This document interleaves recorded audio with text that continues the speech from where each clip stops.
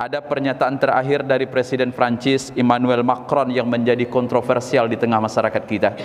Bahkan hampir di seluruh dunia hari ini pernyataan Macron itu menjadi sebuah kritikan yang tajam, termasuk Menteri Luar Negeri Indonesia memanggil Duta Besar Prancis untuk Indonesia, kemudian melayangkan protes apa yang terjadi. Nah, apa sesungguhnya yang terjadi? Ini berawal ketika di awal bulan Oktober kemarin Macron mengatakan ada tampaknya gerakan radikal yang akan merubah sistem negara Prancis berkenaan dengan paham liberalisme dan sekuler yang mereka lakukan.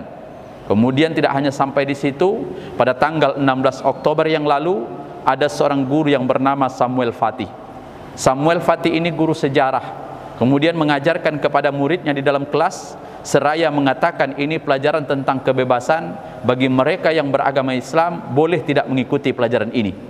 Mengapa demikian? Karena Paty itu akan menunjukkan inilah bentuknya karikatur yang pernah dibuat oleh Charlie Hebdo, kemudian ditampilkan kepada mahasiswanya. Kemudian ketika itu seluruh orang melihatnya, karena apa yang dilakukan oleh Paty dianggap sebuah kebebasan dan itu dinikmati oleh media sosial.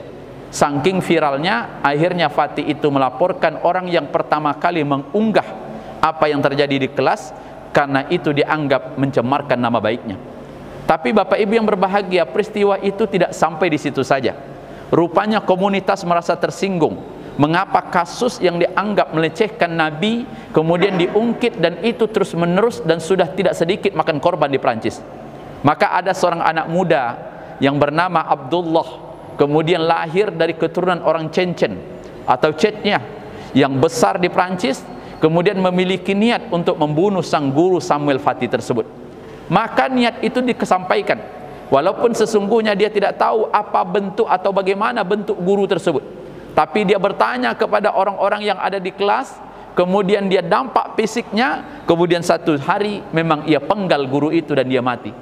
Bapak Ibu yang berbahagia, Abdullah juga mati, karena ketika ingin ditangkap polisi, kemudian dia memegang pistol, kemudian polisi melumpuhkannya dengan cara menembak karena dianggap akan membahayakan kepolisian.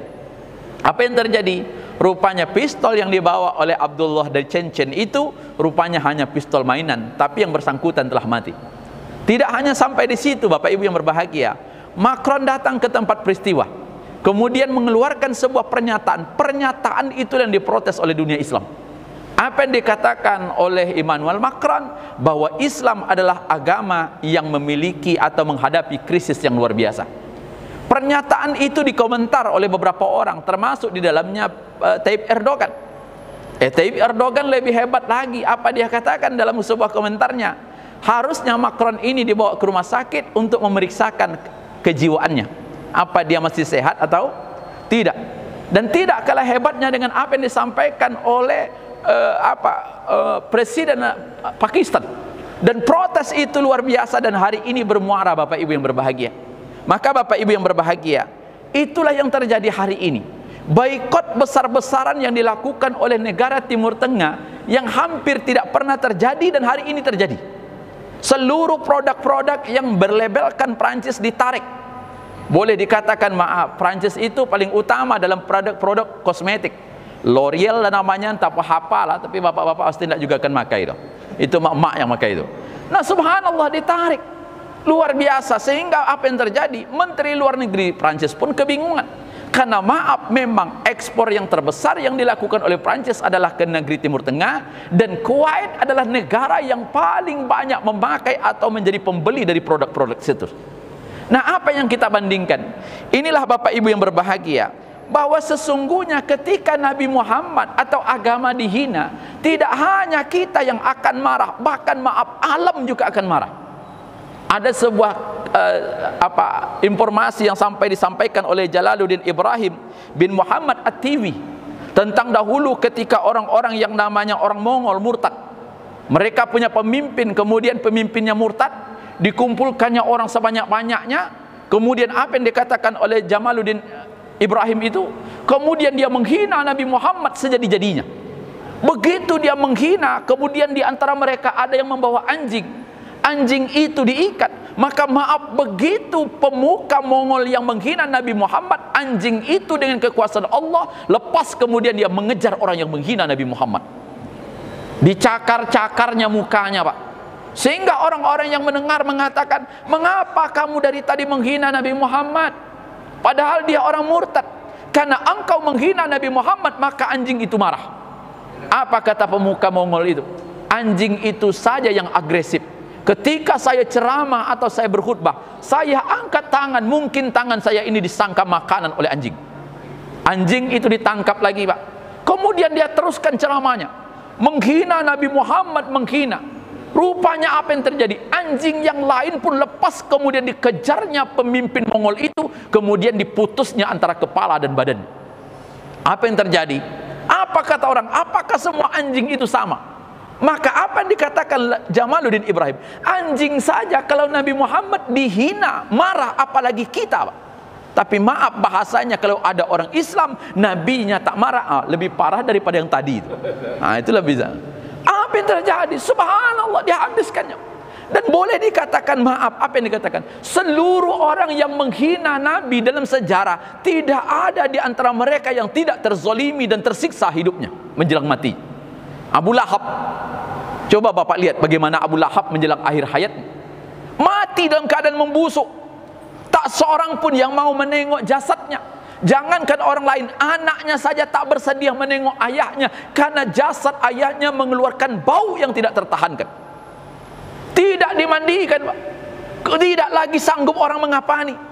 Ketika dia akan dimasukkan ke liang tanah, cuma dibuat liang kuburan yang jauh, kemudian didorong dengan kayu supaya jenazahnya masuk ke dalam kuburan itu. Kemudian setelah masuk, cara untuk agar dia terkubur, maka setiap orang melemparkan batu. Akhirnya dia terhina dengan hina sehina-hinanya. Subhanallah. Maka apa yang terjadi ketika orang menghina Nabi Muhammad? Luar biasa. Baca lagi bagaimana kehidupan-kehidupan. Bapak masih baca sejarah bagaimana Kisrah, orang-orang Romawi, kemudian orang-orang Persia, Kisrahnya. Ketika Nabi Muhammad mengajak mereka untuk masuk ke dalam Islam, kedua penguasa dinasti itu diundang oleh Nabi Muhammad untuk masuk ke dalam Islam. Tapi berbeda perlakuan yang dilakukan oleh Raja Romawi dengan apa yang dilakukan oleh Raja Persia atau Kisrah. Raja Romawi, kaisarnya waktu itu, begitu mendapatkan surat Nabi Muhammad, dia cuma baca, Pak. Dia tidak masuk Islam. Kemudian dia hormati orang yang mengantarkan surat, kemudian dia suruh pulang. Bertahan kekuasaan itu. Kaisar Romawi bertahan sampai abad ke-15. Tapi perlu diingat, bagaimana dengan Kisrahnya orang Persia? Begitu datang utusan Nabi Muhammad, surat yang diberikan itu dirobek-robeknya, kemudian orang yang mengantarkan surat itu dihina. Apa? Hanya berselang waktu beberapa tahun saja Umar bin Khattab mampu menaklukkan Persia. Orang-orang yang menghina Nabi Muhammad. Maka subhanallah, apa yang harus kita lakukan? Mudah-mudahan hari ini Bapak Ibu yang berbahagia bisa kita buka pula bagaimana cara kita sebagaimana ini Timur Tengah. Kalau kita lihat hari ini video luar biasa, Pak. Jaringan retail besar-besaran Amira di Timur Tengah itu diambilnya dari kota itu. Ada yang ditutup, kemudian ditulisnya di situ, tidak kami jual lagi.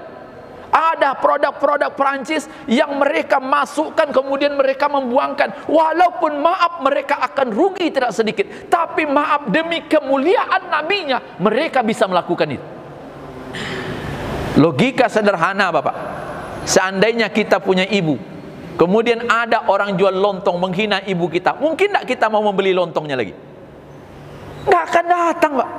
Dia menghina agama kita. Kemudian kita juga poretnya, kita punya produk yang banyak. Kalau hari ini produk-produk kecantikan itu datang dari Prancis, kita memiliki produk-produk yang luar biasa, yang tidak kalah. Ada Wardah itu kan luar go internasional. Mereka punya mobil Renault, kita punya mobil SMK, kan luar biasa mobil kita. Tinggal pesan saja, Pak. 4 tahun insya Allah belum jelas lagi, entar data tidak. Luar biasa, kita punya produk, kan gitu. Harus produk kita. Mengapa kita bertahan? Walaupun maaf hari ini ada pernyataan dari komunitas Muslim juga di Prancis dikatakan kami aman-aman saja. Mengapa demikian? Karena memang setelah kejadian, sebagian besar masjid di Prancis itu sempat ditutup. Dan dalam sejarah orang Eropa, baru kali ini terjadi banyaknya masjid ditutup akibat apa yang terjadi pada tanggal 16 Oktober yang lalu. Saya yakin kita ini pecinta Nabi Muhammad, dan kejadiannya berdekatan pula dengan Maulid Nabi. Ini menunjukkan, Pak, luar biasa apa yang terjadi hari ini. Sebuah tulisan dari komentator mengatakan, tidak pernah agama Islam atau negara-negara yang mayoritas muslim terjadi kekompakan hari ini. Arab Saudi mengutuk, seluruh negeri Timur Tengah mengutuk, Turki mengutuk, bahkan maaf ada yang mengatakan jangan-jangan ini pengaruh Turki. Yang saya deg-degan waktu itu, Pak, menunggu apakah pemerintah Indonesia mengutuk atau tidak. Di detik-detik injury time, ikut juga lah dia mengutuk. Kalau tak tahu kau juga dia takut juga mengutuk juga dia, walaupun sedikit terlambat. Bangladesh luar biasa. Maka subhanallah, Bapak Ibu yang berbahagia, berhati-hati.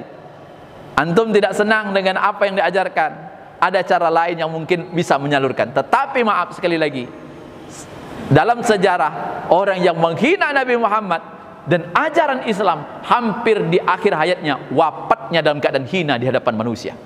Kita buktikan saja nanti sampai akhir yang terjadi. Inilah sebuah kehidupan yang terjadi. Tapi saya yakin kita yang ada di masjid ini, orang-orang yang berkomitmen mendukung Nabi Muhammad, tentunya dalam melalui syariatnya, dan mudah-mudahan kita tidak takut dengan apa yang terjadi.